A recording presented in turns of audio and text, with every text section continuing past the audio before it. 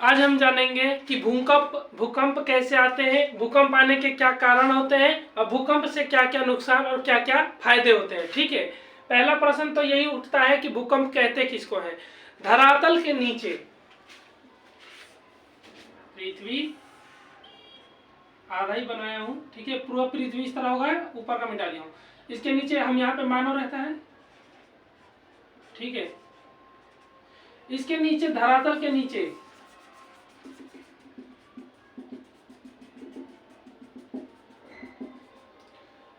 जब कोई हलचल होती है तो उस हलचल के कारण ऊपर धरातल की पट्टी पर कुछ हिलाव डुलाव होते हैं, थोड़ी सी प्रक्रिया होती है, कुछ नई चीज बनती है और कुछ बिगड़ जाती है।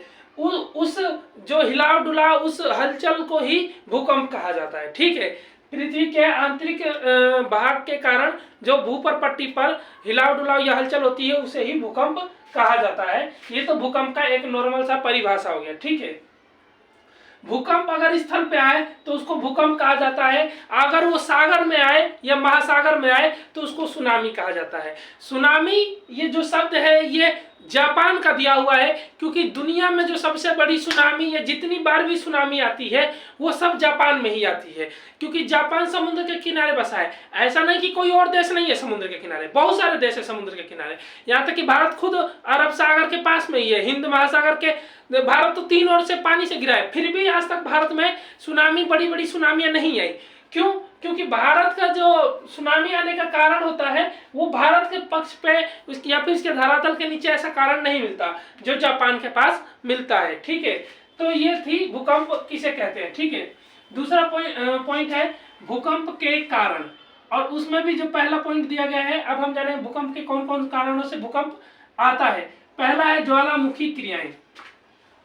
ज्वालामुखी क्रियाएं, कल भी हमने पढ़ा था कि जब ज्वालामुखी में उद्गार होता है,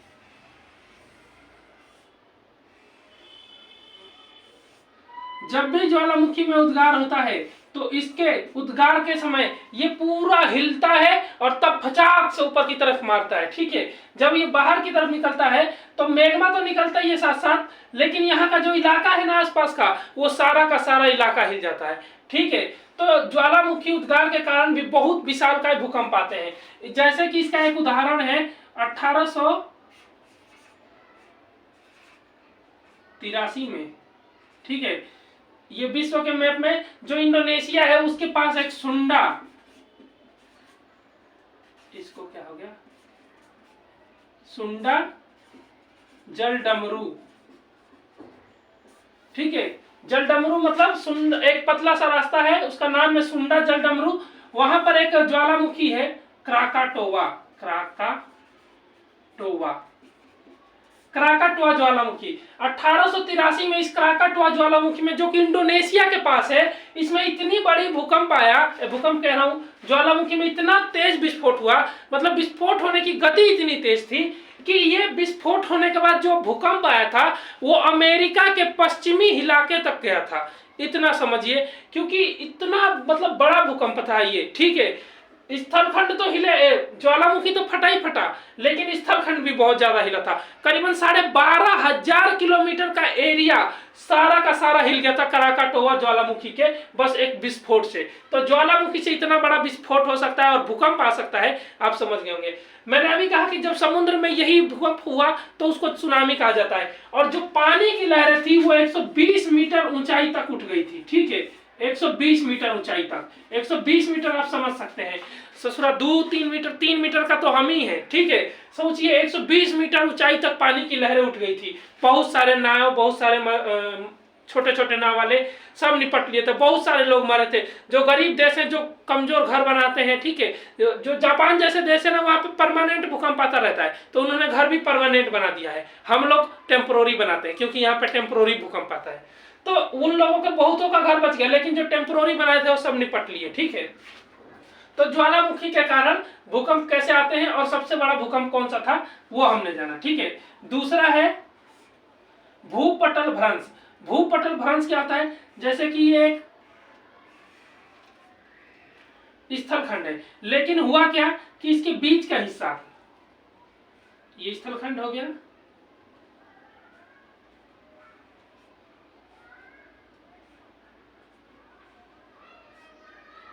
स्थलखंड एक जैसा था, लेकिन बीच का हिस्सा धंस गया, यानी कि भ्रंश पड़ गया। इसके बीच से मतलब ना जैसे पहाड़ इस तरह चिपका है और अचानक से भ्रंश पड़ गया और इस तरह फैल गया, तो इसके बीच का रास्ता बन गया। लेकिन बीच में भ्रंश तो बन गया, एक रास्ता बन गया, लाभ हुआ, मगर नुकसान ये हुआ कि इसके अंदर, इसके ऊपर जितने भी लोग बसे हुए थे, जो घर थे, जो परिवार था, वो सब के सब निपट लिए, गर्मी की छुट्टियों की तरह चले गए। ठीक है, तो इतने ज्यादा मतलब नुकसान होता है इस भ्रंश के कारण। जो इतिहास में जो एक माना जाता है कि 1950 में असम में, हमारे ही भारत की बात है ये, कि 1950 के समय असम के अंदर भ्रंश के द्वारा भूकंप आया था।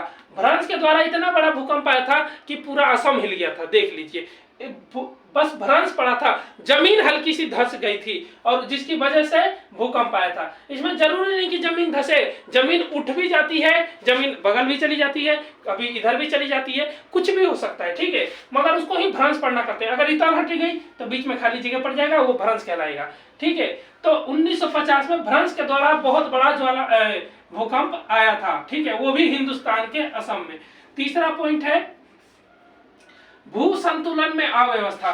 जो पृथ्वी का संतुलन है वो अगर डगमगा जाता है ना तो भी भूकंप आता है। भूकंप आने का मूल कारण ही यही होता है कि उसका संतुलन था, वो ऐसे ऐसे नच रही थी पृथ्वी लोगों को लेकर, ऐसे ऐसे घूम रही थी, अचानक से भूकंप आया तो ऐसे ऐसे हिलने लगी। ठीक है, तो जब ऐसे ऐसे हिलने लगेगी तो इसका मतलब कि भूकंप है। और यही इसी को कहा जाता है कि पृथ्वी की जो भू संतुलन है वो ठीक से नहीं है। भूमि का संतुलन ऐसा होना चाहिए था, मगर ऐसे ऐसे डोलने लगा, तो ये संतुलन बिगड़ गया, जिसकी वजह से भूकंप आता है। तो इतिहास का जो एक सबसे बड़ा भूकंप माना जाता है भू संतुलन के बिगड़ने से, वो 1949 में आया था। ठीक है, इस भूकंप में बहुत बड़ी जनहानि हुई थी, बहुत सारे लोग निपट लिए थे। ठीक है, इसमें भू संतुलन बिगड़ गया था। अमेरिका के शहर में अमेरिका का एक शहर है, वहां पर यह भूकंप आया था। ठीक है, तो भू संतुलन बिगड़ने के कारण। चौथा पॉइंट बताया गया है जलीय भार। जलीय भार यानी कि यह है बांध, हम लोग इसमें पंखड़ी लगा दिए, ठीक है, यहां से नदी आती थी, हमने इस पे बांध बांध दिया तो यहाँ क्या होगा, पीछे पानी रुक जाता है। बांध का नियम कहता है कि पानी पीछे रुक जाएगा और आगे की दीवार है ये पानी आगे आने नहीं देगी, और ये पंखुड़ियों के सहारे तेज प्रेशर से पानी जाएगा और वो उन पंखुड़ियों को नचा देगा। पंखड़ी नचेगी, बिजली बनेगा। ऐसा करना सही बात है और ऐसा ही करना चाहिए। ठीक है, ये ग्रीन एनर्जी का बहुत बड़ा स्रोत है। ठीक है, कि जल से बिजली बनाना, यानी बगैर प्रदूषण किए हुए। ठीक है, लेकिन हुआ क्या, 1967 में महाराष्ट्र के कोयना में, महाराष्ट्र एक इसका जिला है कोयना के अंदर एक नदी थी, उस नदी के ऊपर एक बांध बना दिया गया। उस बांध का नाम भी कोयना बांध रखा गया था। कोयना बांध का हुआ क्या, 1967 में कोयना बांध के पीछे इतना ज्यादा पानी भर गया कि जो भूगोलवेता थे या फिर जो इनके इंजीनियर थे, उन्होंने गवर्नमेंट को कहा कि पानी को रिलीज करिए, पानी की मात्रा बढ़ गई है, इतना ज्यादा पानी रखना सही बात नहीं है। भूकंप कह रहा हूं, ये बांध की औकात है 10 लीटर की। अब मान के चलिए आपके हाथ के पीछे उंगली का औकात है 2 किलो सह लेगा, इसके ऊपर 10 किलो रख दिया जाए तो टूट नहीं जाएगा, चापुट नहीं हो जाएगा। वही हुआ, इसके बांध की औकात से ज्यादा पीछे पानी भर गया। इंजीनियर के कहने के बाद भी गवर्नमेंट सुनी नहीं और गवर्नमेंट का बनाया हुआ ये बांध टूट गया। टूटा तो पानी का इतना बड़ा झटका आगे वाली जमीन में आके लगा कि पूरा का पूरा कोयना जो जिला था वो हिल गया। सब लोग समझ ही नहीं पाए कि ये भूकंप क्यों आया है। तो बांध यानी जल भर जाने के कारण भी भूकंप आ सकता है। भूकंप आने के कारणों में कोयना का, महाराष्ट्र के अंदर जो ये भूकंप आया था, ये मूल बात को माना जाता है। ठीक है, उसके बाद से गैसों का फैलाव। गैसों के फैलाव से भी भूकंप आता है। क्यों, आप इसको ऐसे समझिए, धरातल है, जमीन हमारी, बारिश हो रहा है,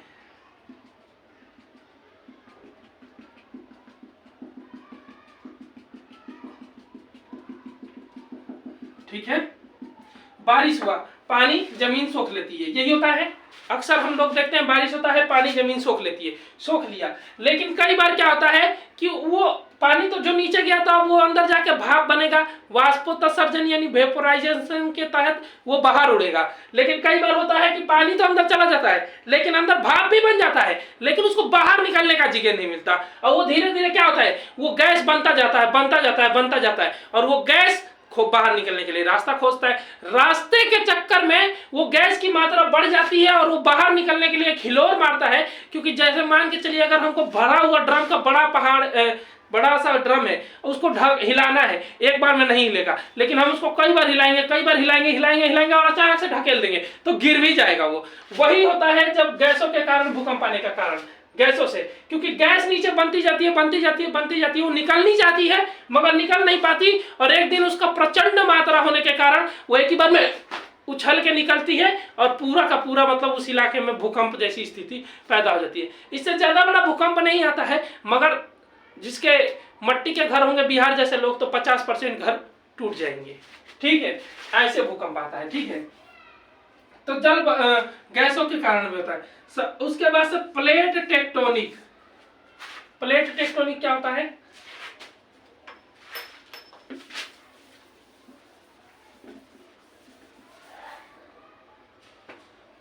हम जानते हैं हमारी पृथ्वी पर 7 बड़ी प्लेटें हैं और 20 छोटी प्लेटें हैं। जब वो प्लेट आपस में टकराती हैं तो उनसे बहुत बड़ा भूकंप आता है। भूकंप आने का जो मूल कारण माना जाता है वो प्लेटों को माना जाता है।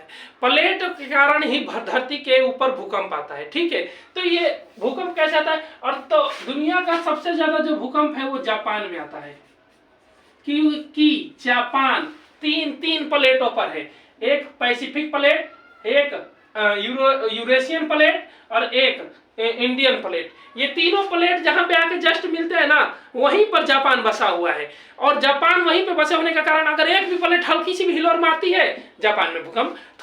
कभी इसका मूड बन गया पैसिफिक वाले का, उसने हिलोर मार दिया, भूकंप। कभी इंडियन वाले ने हिलोर मार दिया तो भूकंप, कभी यूरेशियन वाले ने हिलोर मार दिया तो भूकंप। मतलब कुछ भी हो जाता है, थोड़ा सा भी हलचलाहट, जापान में भूकंप आ जाता है। जापान के लोग निपट लेते हैं। जापान के सरकार ने इसका बढ़िया नियम निकाला। जापान ने कहा कि हम सारे घरों को, मतलब निर्णय ही लिया गया, कानून पास किया गया कि घर कोई ऐसा नहीं बनाएगा जैसे हिंदुस्तान में बनता है। घर बनाए जाएंगे कंक्रीट के और प्रत्येक घर के पीछे एक बंकर होगा। और साथ ही साथ पूरे शहर में जब दूसरा विश्व युद्ध हुआ था तो जापान ने बचने के लिए पूरे शहर में नाले खुदवाए, वो भी बंकरों वाले, और उन नालों को आज यूज किया जाता है। उस समय यूज किया जाता था कि लोगों से बचने के लिए, तब भी मतलब जैसे लड़ाई होती है उससे बचने के लिए यूज किया जाता था, और आज उसका यूज किया जाता है जब भूकंप आता है तो लोग उस नाला में घुस जाते हैं। ऐसा नहीं कि वो हिंदुस्तान का नाला नहीं है कि उसमें गंदगी भरा हुआ है, सब चकाचक रहता है। ठीक है, तो जापान के अंदर सबसे ज्यादा विश्व में भूकंप आता है। क्यों आता है? क्योंकि तीनों प्लेट इसके पास में ही है। प्लेट 3 प्रकार के होते हैं, रचनात्मक, विनाशकारी, संरक्षी। विनाशकारी नाम से ही आप समझते होंगे कि सबसे ज्यादा विनाश करती होगी, और इसी कारण सबसे ज्यादा भूकंप से नुकसान पहुंचाती है विनाशकारी प्लेट। क्योंकि एक रचनात्मक प्लेट थोड़ी सी पिछड़ जाएगी, बीच में से कुछ निकलेगा और एक पहाड़ का निर्माण, यानी एक रचना हो गया। ठीक है, संरक्षी प्लेट हल्की सी हिलेगी।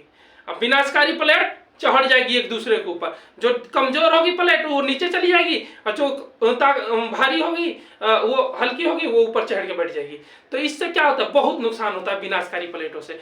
जापान के अंदर बहुत सारे लोग मरते हैं विनाशकारी प्लेट, ये प्लेट टेक्टोनिक के कारण जो भूकंप आते हैं उनसे। मगर जापान ने टेक्नोलॉजी से धीरे धीरे सब कुछ खत्म कर दिया है।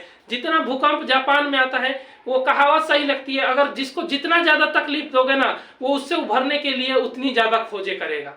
ठीक है, जापान को भूकंप ने तकलीफ खूब दी, उसने भूकंप के लिए एक से एक मशीनें बनाई है। दुनिया की सबसे बेहतरीन से बेहतरीन मशीन जो भूकंप के बारे में बताती हैं, वो सारी की सारी जापान निकालती है, क्योंकि उसका जीवन ही उसके अंदर बीता है। और हमारे हिंदुस्तान में कभी भूकंप आता नहीं तो हम लोग निश्चिंत बैठे रहते हैं, कोनो मतलब ही नहीं है कहीं पे भूकंप आए या ना आए। ठीक है, तो थोड़ा बहुत आ जाता है, रेस्क्यू कर लेते हैं। ठीक है, तो इससे कोई खास फर्क नहीं पड़ता। फिर आता है भूकंप के तरंगे। आखिर भूकंप आती है तो तरंगे पहले निकलती हैं। भूकंप क्यों आती है? तो रिसर्च किया गया तो पता चला पृथ्वी,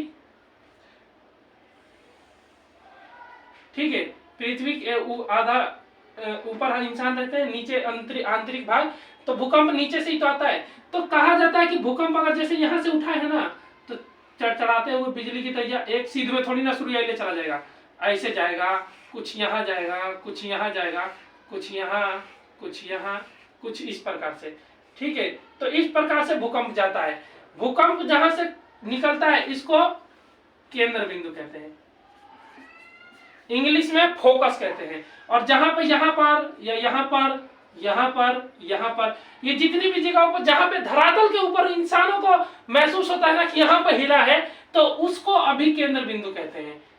इपीसेंटर, सेंटर, इपीसेंटर, फोकस, इपीसेंटर। ठीक है, इंग्लिश में। हिंदी में इसको अभी केंद्र, इसको केंद्र। ठीक है, ध्यान देना। तो धरातल के नीचे से जो ये चरचराती हुई निकलती है, तो उसको भी वैज्ञानिकों ने 3 भागों में बांटा है। 3 तरंगे वैज्ञानिकों ने नाम दिया। पहली का नाम ही रख दिया, जो पहली आ रही है उसको पी, यानी पी से क्या होता है, प्राइमरी तरंगे। ठीक है, इन तरंगों का, ये तरंगे तीनों तरह से गुजर जाती है। ठोस, धरातल हमारा 3 प्रकार का है। प्रत्येक तत्व ठोस, द्रव, गैस 3 प्रकार का होता है। तो ये ठोस, द्रव और गैस, गैस तीनों चीजों में से ये पार हो जाती है पी तरंगे, यानी प्राइमरी तरंगे। मगर पी तरंगे ज्यादा नुकसान नहीं पहुंचाती, ये सबसे शुरू में निकलती है चरचराते हुए, इसीलिए ये ज्यादा नुकसान नहीं पहुंचाती है। और मतलब शुरुआती कोई भी चीज हो वो ज्यादा नुकसान नहीं पहुंचाती है। ठीक है, आपने अक्सर महसूस किया होगा, क्योंकि उसको समझने में ही देर लग जाता है कि कहाँ नुकसान पहुंचाना है। ठीक है, तो पी तरंगों से ज्यादा नुकसान नहीं होता, लेकिन ये तीनों माध्यमों से गुजर जाती है। इसको अनुदैर्घ्य तरंगे भी कहते हैं।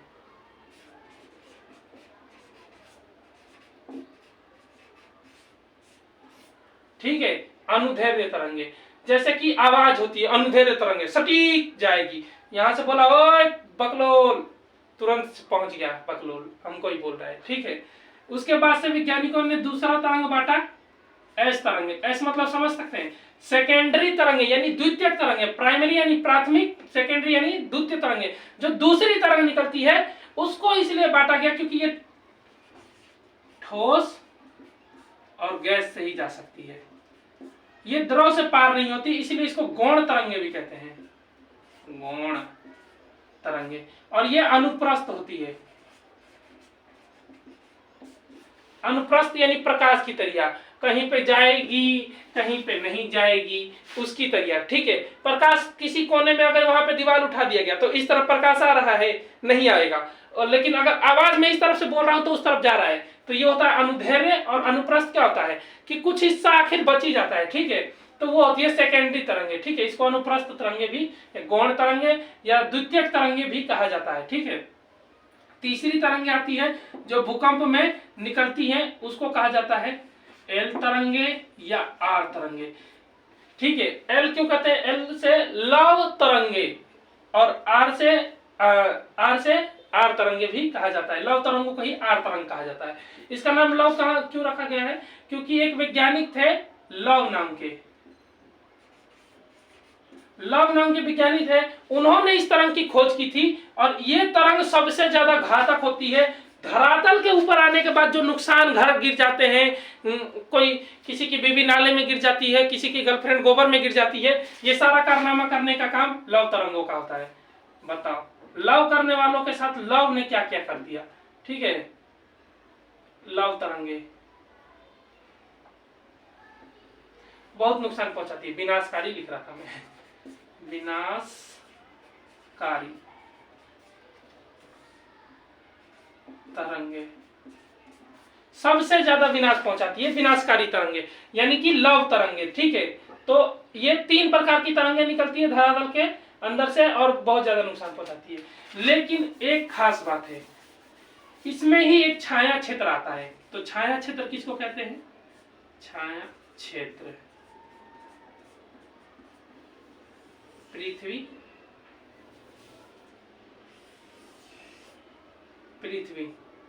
तरंग यहां से निकलती है। पृथ्वी का आंतरिक भाग, जैसा कि जानते हैं हम, तरल है। ठीक है, तरल है।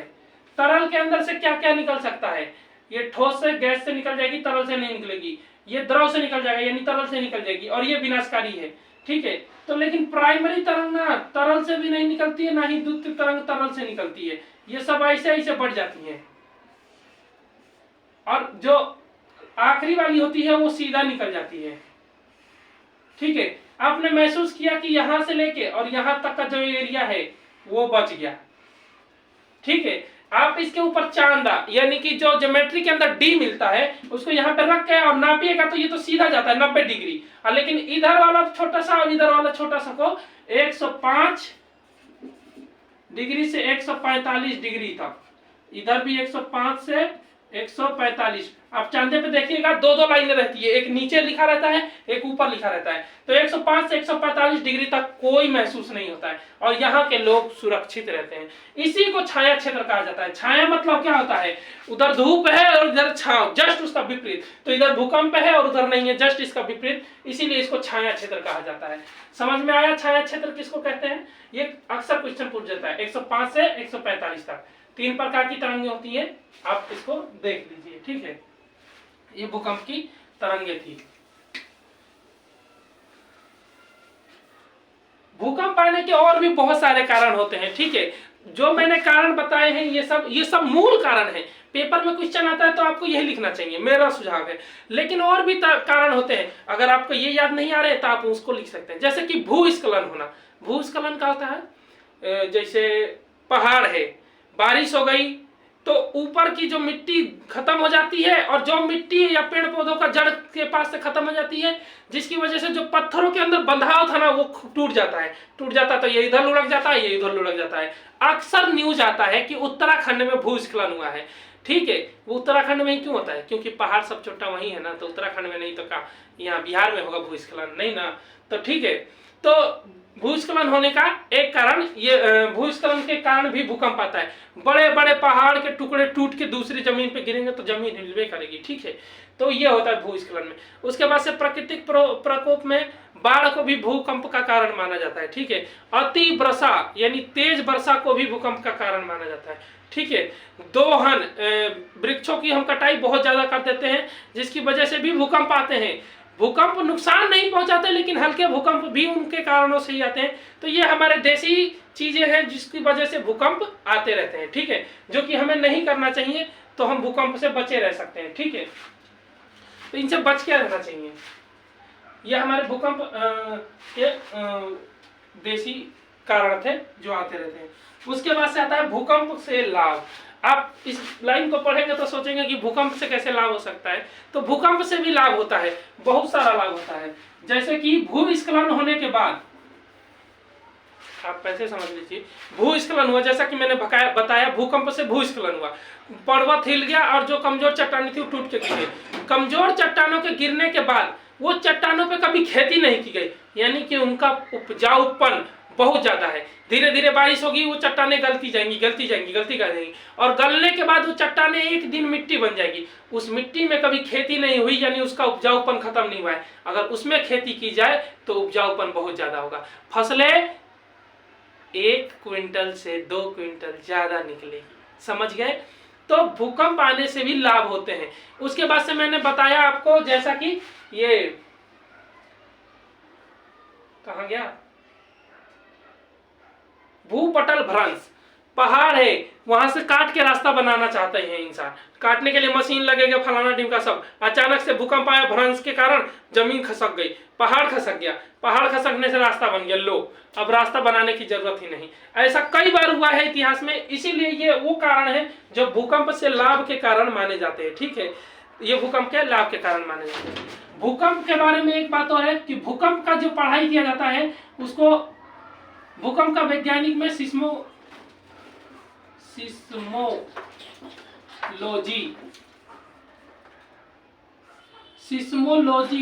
नाम का विज्ञान होता है। इसके अंदर भूकंप विज्ञान, इसी को भूकंप विज्ञान कहा जाता है देसी भाषा में, विज्ञान इसको सिस्मोलॉजी कहता है। भूकंप की पढ़ाई सिस्मोलॉजी के अंतर्गत ही की जाती है और भूकंप को नापने वाले जो मशीन होती है उसको भी सिस्मोग्राफ ही कहा जाता है। सिस्मोग्राफ, ग्राफ समझते हैं ना? आपने अक्सर टीवी मोबाइल पे देखा होगा, इतने बड़ा कागज रहता है, मशीन से निकलता रहता है और उस पर इस तरह खखोरती रहती है। अगर ये लाइन ऊंचा उठ रहा है तो समझो भूकंप तेज है, अगर ये लाइन जितना छोटा छोटा है समझो भूकंप कम है, यही लाइन सीधा चल रहा है मतलब समझो भूकंप ना के बराबर है, ठीक है।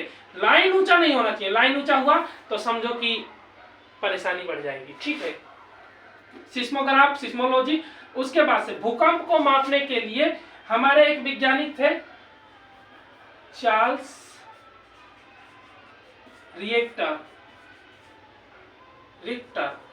ये उनका नाम था, चार्ल्स रिक्टर। 1935 में चार्ल्स रिक्टर ने एक स्केल बना दिया। ठीक है, स्केल समझते हैं ना, जिस तरह हमारा स्केल क्या होता है, वो लंबाई बता देता है। ये और ये क्या कहते हैं, दूध नापने वाली मापनी, वो भी क्या बता देती है कि दूध कितना है। तो ये एक चीज है जब भी तो माप रहे हैं हम। उसी तरह चार्ल्स रिक्टर ने 1935 में रिएक्टर स्केल बना दिया, रिक्टर स्केल। इस स्केल से होता क्या था, ये स्केल भूकंप मापती थी। ये स्केल कुछ इस प्रकार से होती थी, इस पे नंबर लिखे रहते थे, 1 2 1 2 3 4 5 6 7 8 9 10। ठीक है, इस प्रकार से ये स्केल होता था, रिक्टर स्केल। और हर पद, यानी कि यहाँ पर जितने का भूकंप है ना, जैसे कि 20 सेकेंड 20 किलोमीटर प्रति सेकेंड है, तो अगर दूसरे पॉइंट पर दिखा रहा है तो समझो डबल, यानी कि 40 किलोमीटर प्रति सेकेंड। और तीसरे पे दिखा रहा है तो डबल 80 किलोमीटर प्रति सेकेंड। चौथे पे दिखा रहा है तो 8 दूना 16 160 किलोमीटर प्रति सेकेंड। रिक्टर स्केल बहुत ही अच्छा माना जाता है भूकंप को मापने के लिए, इसका बहुत प्रयोग किया जाता है रिक्टर स्केल का। ठीक है, भूकंप को इसका हर एक पॉइंट पिछले पॉइंट से 10 गुना ज्यादा बताता है। अगर मैंने अभी जैसे बताया कि यहाँ पे 4 किलोमीटर प्रति सेकंड है, तो यहाँ पे 8 किलोमीटर बताएगा। दूसरे पॉइंट पे अगर चला गया और तीसरे पे चला गया तो 8 का सीधा डबल कर दो, 16 किलोमीटर प्रति सेकंड बताएगा। तो रिक्टर स्केल इस प्रकार से भूकंप की गणना करके बताता है। भूकंप के बारे में ये सब जानकारियां हैं, पेपर में आ सकता है क्वेश्चन। पूरा वीडियो देखने के लिए धन्यवाद।